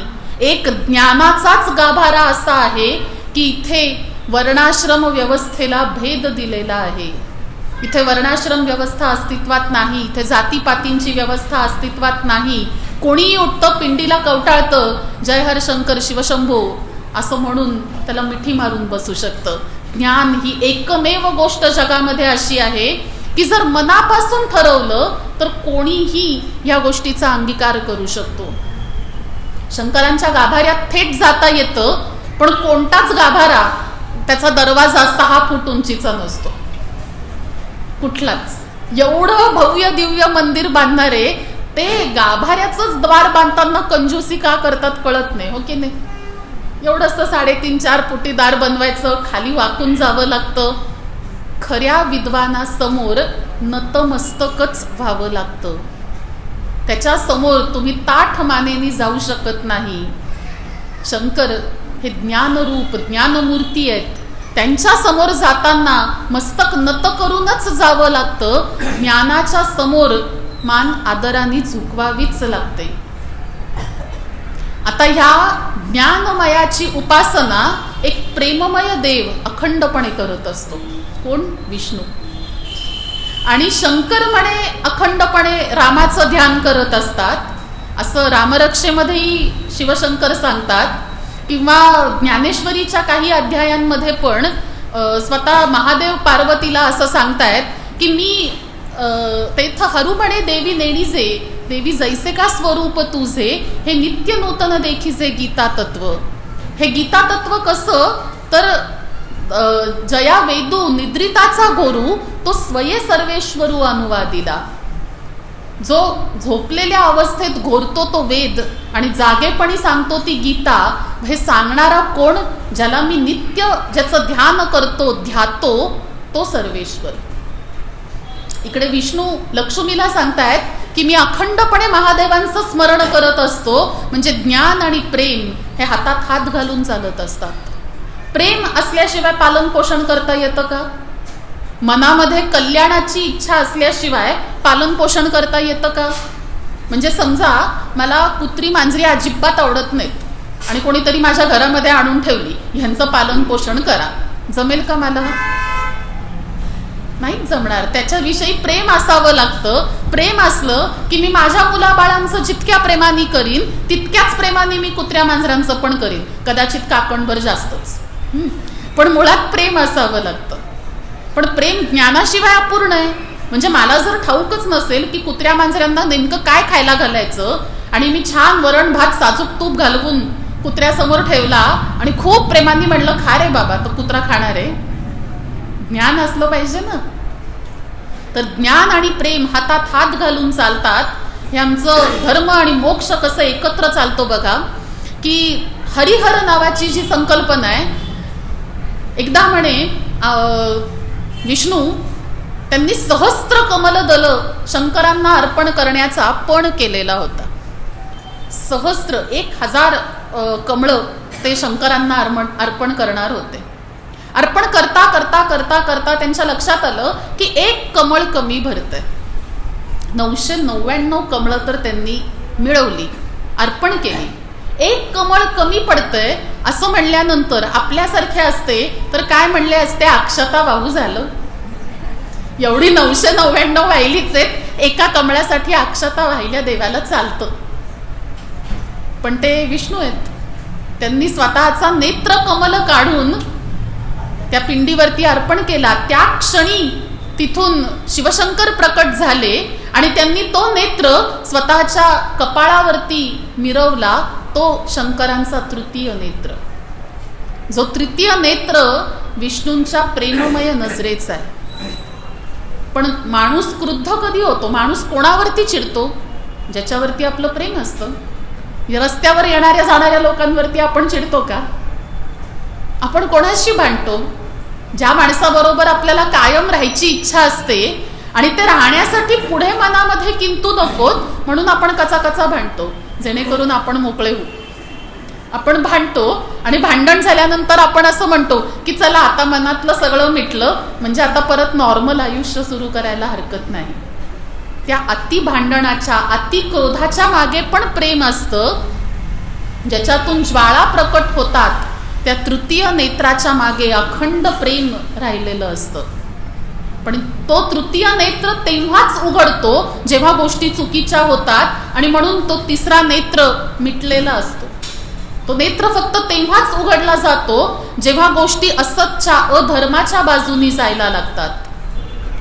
आता मजा बघा, विष्णू सत्वगुणी आहेत. सत्वगुणाचा रंग शास्त्राकारांनी शुभ्र श्वेतवर्ण असा सांगितलेला आहे.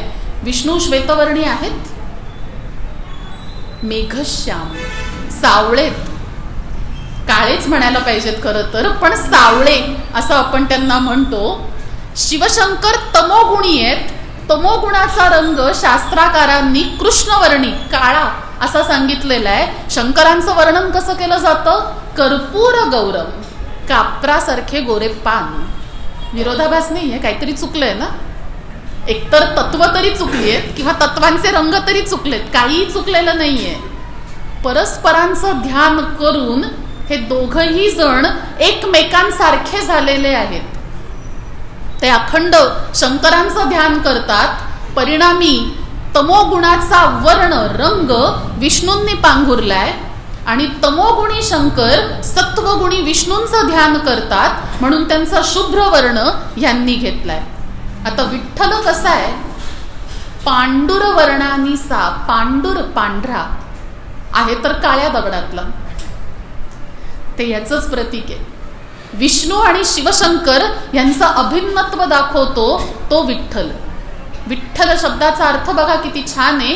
वि म्हणजे विंदा म्हणजे ज्ञानेन, ल ल्याती गृह्यती म्हणजे स्वीकारतो, आणि ठान म्हणजे अज्ञजनान, जो अज्ञानी लोकांना ज्ञानाने स्वीकारतो तो श्रीदेव विठ्ठल.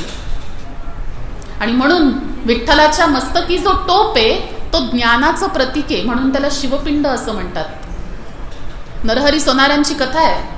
कट्टर शिवपंथी होते, वैष्णवांच्या मंदिरात पाऊल ठेवणार नाही म्हणले. धर्म किती सूक्ष्म आहे बघा. जसा भाव तसा देव.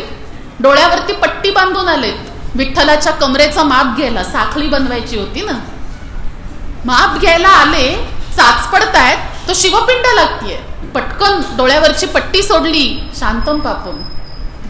माझं प्रत्यक्ष पूज्य देवस्थान माझ्या समोर आहे आणि मी डोळ्यावरती पट्टी बांधली आहे. पट्टी सोडतात तर समोर समदिविभुजा अवस्थेतले विठ्ठल उभे, पुन्हा पट्टी बांधली, नाही नाही म्हणले गोंधळ होतोय. हे तर वैष्णवांचं स्थान आहे. ह्याच गोंधळातनं समाजाला बाहेर काढण्यासाठी आदि शंकराचार्यांनी पंचायतन पद्धतीची पूजा अस्तित्वात आणली. धर्म आणि मोक्ष हातात हात घालून चालावेत आणि आपसात दुफळी माजून नये, हे शंकराचार्यांचं त्याच्या मागचं मूलभूत त्यांची प्रेरणा होती किंवा त्यांचं ते कर्तव्य होतं. आता जी 5 तत्व त्यांनी एकत्र आणली ती काय आहेत? अष्टधा प्रकृतीतली 5. कुठली? पंचमहाभूत. पृथ्वी तत्वाचं प्रतीक आहे गणेश. त्वम मूलाधार स्थितोसी नित्यम. सगळ्याचं मूळ, सगळ्याला आधार देणारं तत्व कुठलं असेल तर ती आहे पृथ्वी. त्याच्यानंतरचं तत्व आहे ते जल. जलामधून पहिलं सृजन झालंय. जल कोणी मस्तकी धारण केलंय? शंकरांनी. ज्ञान कसं असतं? ज्ञान प्रवाही असतं, वाहतं असतं. ती गंगा आहे, डबकं नाही घेतलेलं डोक्यावरती. साठून राहिलेलं ज्ञान नसतंच. क्षणाला जे नवीन होतं ना ते शिक्षण. मग तेच जरा आपण वातावरण हलकं फुलकं करूयात. एकदा एक ट्रिप निघते आणि घरची, आणि एक छोटा मुलगा म्हणतो की नाही मी नाही येणार शाळेत ट्रिपला, उद्या शाळेत शिक्षक आम्हाला निबंधाचा विषय देणार आहेत. मोठा भाऊ विचारतो कोण शिकवतो तुम्हाला? तो सांगतो ते अमुक तमुक शिक्षक. तो म्हणतो मग निबंधाचा विषय मला पाठव. माझा आवडता ऋतू पावसाळा, कारण आम्ही लहान असल्यापासून बघतोय जुलै महिना आहे म्हणजे ते हाच विषय देणार. इतकं जर गृहीत धरायला लागले तर त्याला शिक्षण कसं म्हणायचं? जे सतत नवीन होतं ते शिक्षण की नाही? आणि म्हणून गंगा प्रवाही आहे आणि तिला प्रवाही केलंय. आधी जटेमध्ये धारण केलंय, तिला साठवून घेतलंय आणि मग एकच जटा उघडून तिला प्रवाही केलंय. आधी साठवावं लागतं आणि मग साठवलेलं वाहतं करावं लागतं. रामदास स्वामी सांगतात जैसे आपणासी ठावे ते ते इतरांशी द्यावे आणि शहाणे करून सोडावे जग सकळ. नाहीतर काय होईल? तुमचं ज्ञान तुमच्या बरोबर संपून जाईल आणि परिणामतः ते ज्ञानच जगातून नष्ट होऊन जाईल. एखादी विद्या अशी असूच शकते की जी फक्त मलाच ठाऊक आहे आणि मी ती पुढे दिलीच नाही, तर तर माझ्या मृत्यूबरोबर ती विद्या पण संपली. माझ्या मृत्यूबरोबर तो शोध पण संपला, ते संशोधन पण संपलं. आणि म्हणून ज्ञान देणाऱ्या माणसांनी ते उदार हस्ते दिलं पाहिजे. त्याचं प्रतीक आहे शिवशंकर. शस्त्रविहीन अवस्थेमध्ये त्यांनी फक्त ज्ञानगंगा वाहती केलेली आहे. हातामध्ये त्रिशूळ नाही, काहीही नाही. ज्ञान देणाऱ्या माणसांनी हातामध्ये शस्त्र धारण करूच नये. चापकाचे फटके मारून मी तुला फटके कसे खायचे शिकवतो असं म्हणण्याला अर्थच नाहीये. तर ज्ञान देणारा व्यक्ती कसा हवा, तर स्वतः प्रवाही हवा. जलतत्वाचा निर्देशक आहेत शिवशंकर. पुढे येतं ते वायुतत्व. वायुतत्व कसं आहे, तर वायुतत्व हे शक्तीचं निर्देशक आहे, प्राणगामी. आपली शक्ती काय आहे जीवमात्राची? आपला श्वास. श्वास कशाच्या जीवावरती चालतोय? वायूच्या. आणि म्हणून शक्ती, आदिशक्ती जगदंबा पार्वती ती वायुरूप आहे. म्हणून पंचायतन पद्धतीतलं तिसरं मंदिर असतं ते देवीचं. आता चौथं तत्व आहे ते अग्नीचं. अग्नीचं प्रतीक रूप काय मानलं गेलंय, तर पृथ्वीवरचा अग्नी म्हणजे सूर्य. आणि म्हणून पंचायतन पद्धतीमध्ये सूर्याचं पण मंदिर आहे. सूर्य काय देतो, तर सूर्य तेज देतो. सूर्य म्हणजे ते तेज तत्व कुठे राहतं, तर शरीरात अनेक ठिकाणी राहतं. ते तळ हातात राहतं, ते मस्तकात मध्यभागी राहतं आणि ते पोटात मध्यभागी राहतं. तेवढाच अग्नी आपल्याला ठाऊक असतो, जठराग्नी. उर्वरित ठिकाणचे अग्नी इथला पेटला कीच कळतं. एखादा भडकतो आपण म्हणतो तो तापलाय, त्याचं डोकं तापलंय, तो भडकलाय. सगळे अग्नी तत्वाशी रिलेटेड शब्द येतं. अग्नी भडकतो, अग्नीमुळे गोष्ट तापते, मस्तक तापतं, माणूस भडकतो. अग्नितत्वाचे निर्देशक आहेत. दान देताना तळ हातावरून पाणी सोडायला सांगतात, कोपरावरून डायरेक्ट पळीनी का नाही. अग्नी आहे इथे. अग्नी शांत करून, डोकं मस्तक संपूर्ण शरीर शांत करून मग देणाऱ्यांनी तृप्त मनाने देणं आवश्यक आहे. नाहीतर त्याला अग्नीचा स्पर्श झाला देताना तर वस्तू जळून जाईल, देणाऱ्याचे भाव जळून जातील. आणि म्हणून आधी उदक सोडायचं आणि मग वस्तू दान म्हणून द्यायची. म्हणजे आधी ती गोष्ट शांत करायची, स्वतःला शांत करायचं आणि देताना पवित्र आणि शुद्ध मनाने द्यायचं. आणि दिलं की विसरून जायचं, ते लक्षात नाही ठेवायचं. मी एवढं दिलं, तुम्ही एवढंच दिलं. आपण दिलं ते त्याचं झालं. मग त्यांनी देताना काय द्यावं हा त्याचा प्रश्न आहे. आणि शेवटचं तत्व म्हणजे आकाश तत्व, त्याचं प्रतीक आहेत विष्णू.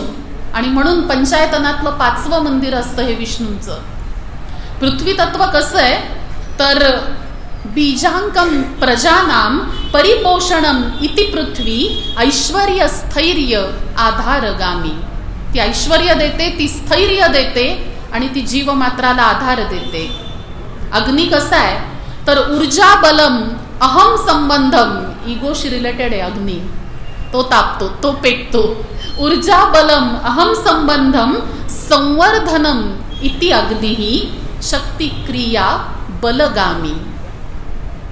मग वायुतत्व कसं आहे, प्रहासनम प्रविलयम प्राणो इति वायू. प्रविलयम असं म्हणलंय म्हणजे विलय त्याच्यामध्येच आहे. श्वासातच उच्छ्वास सामावलेला आहे किंवा उच्छ्वासातच श्वास आहे. त्याचं प्रतीक म्हणून ती पार्वती आहे. तो कसा आहे, तर नाद संगीत प्राणगामी. त्या श्वासाला एक नाद आहे, त्याचं स्वतःचं एक संगीत आहे. कधीपासून, मातेच्या गर्भात असल्यापासून. हे संगीत कधी थांबतं, जेव्हा आपण शेवटचा श्वास किंवा उच्छ्वास घेतो तेव्हा थांबतं. नाद संगीत प्राणगामी. जलतत्व आहे प्रविस्तरम रसम सृजनाम इति जलहा समृद्धी तीर्थ रसगामी. आणि आकाश तत्व सांगतं सुसूक्ष्मम सुखदम सर्वत्रम. ते सूक्ष्म आहे, ते 2 डोळ्यामध्ये पण मावतं. किती, तर जसं बहिणाबाई म्हणतात की मन केवढं मोठं, तर मन आभाळा एवढं. आणि मन कसं मन खाकरा एवढं. खाकसाचा दाना म्हणजे खसखशीच्या दाण्या एवढं. मन किती कसं व्यापलेलं असतं, तर ते बुबुया माझार, बुबुळात मावेल एवढंही असतं. आणि ते किती लांबवर पसरू शकतं, तर क्षितिजाच्याही पल्याड पसरू शकतं. बुबुळात पण मावणारं आकाश असतं आणि दुर्बिणीतून बघता येणारं पण आकाश असतं. विमानात जाऊन बसल्यानंतर सभोवार दिसणारं आकाशच असतं आणि अंतरिक्षात गेल्यानंतर खाली दिसणारं पण आकाशच असतं.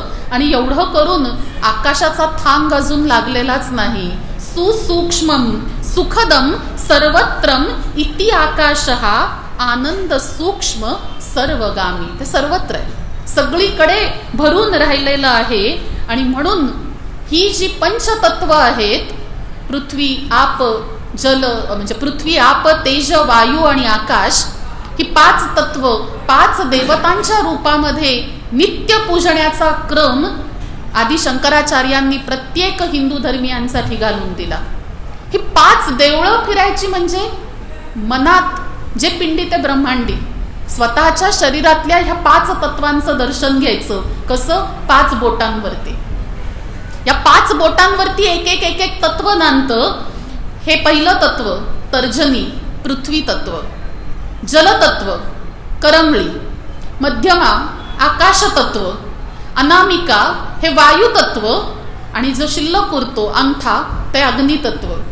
आता जेव्हा आपल्याला एनर्जी पास करायची असते, ऊर्जा, बेस्ट ऑफ लक. असा बेस्ट ऑफ लक कधी कोणी का नाही देतो? ऊर्जा हे अग्नी तत्वाचं प्रतीक आहे. तर मला वाटतं आज आपण थांबूया. आज धर्म आणि मोक्ष ह्या 2 पुरुषार्थांचं एकत्रच विश्लेषण मी करतेय.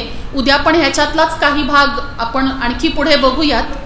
आणि जर उद्या शक्य झालं तर अर्थ आणि काम ह्याही पुरुषार्थांचं विवेचन मी सुरू करीन. कृष्णार्पणमस्तु.